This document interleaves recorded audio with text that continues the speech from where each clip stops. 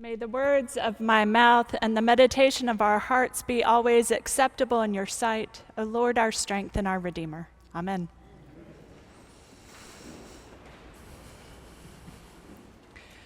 So today's gospel reading is a part of what is known as Jesus' farewell discourse, his final words to the disciples before he ascends to be with God. And there is a theme running throughout this discourse. Jesus says to them everything that he has done, all that they have seen and been a part of, all the miracles and the healings, the many times that they were feeding people, when they observed him seeing those on the margins and sharing a meal, and creating a more expansive sense of who should be at the table. Everything, all of it, is all about love. It's not love as a one-time act, but love that abides, love that sustains, love that expands and transforms. Jesus is grounding his disciples in what he has worked to teach them and us, to be a people of love. Love saturating all that we do and the way that we see the world around us. That sort of love opens us to realizing more fully the community that God calls us into. Paul, in fact, surprisingly, displays this type of love in our first reading today.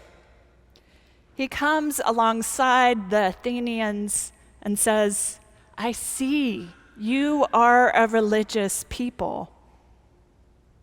I see the many ways that you seek God. The unknown God whom you worship. That God is in fact not far from us. God is, as your own poets say, in whom we live and move and have our being, for we too are all God's offspring. Paul looks to the Athenians with love and comes alongside them to expand the community of faith.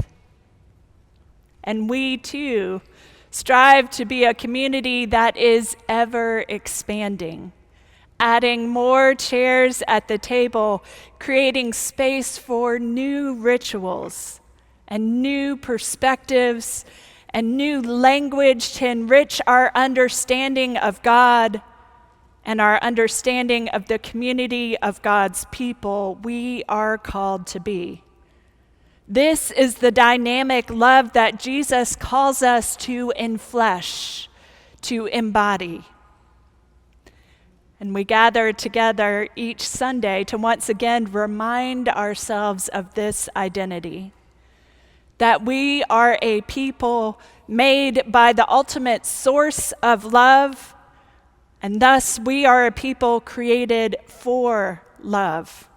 It is the very core of who we are.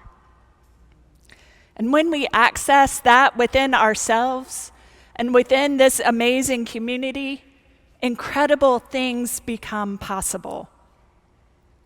But the challenge for us is as we live and move throughout our day-to-day lives, as the quick pace of the world and our responsibilities return to the forefront of our minds, how do we remain deeply attuned to and grounded in this abiding love that is who we are? Ed Bacon, a few years ago from this very pulpit, invented the word love-drated. How do we remain love-drated in the day-to-day so that we can live into the reality of being people of love, so that love saturates our words and our vision and our actions and our relationships? St. Francis is said to have described this way of being in the world when he said, "Preach the gospel at all times, if necessary, use words." The commandments of Jesus are to love God and love our neighbors as ourselves. Paul reminds us that we are offspring of God. And if we are offspring of God, then we are divine siblings of one another. Think of that, divine siblings of one another. The God who made the world, Paul proclaims, from one ancestor, he made all nations to inhabit the earth. And yet look at us now. We are so divided. But Jesus points us to the way to unite one another, to expand our sense of community, to be a vision of the whole. Jesus calls us to live together, honoring that we are divine siblings together of the one God. This love that God calls us to embody is a love that we must embody together. It's not something we can do solely on our own. And so this commandment to love is what we are to do together as a community of the followers of Jesus, to ever expand the community of God's people into one. Another way of saying this first commandment, I think y'all would appreciate here in the South, is y'all love your neighbors. All of you together, love your neighbors, your divine siblings, just as you love one another. As we strive ever more to embody this type of love, expanding community through love and compassion, seeking justice for all communities, then we find that we truly will become one people under one God, honoring the belovedness of us all.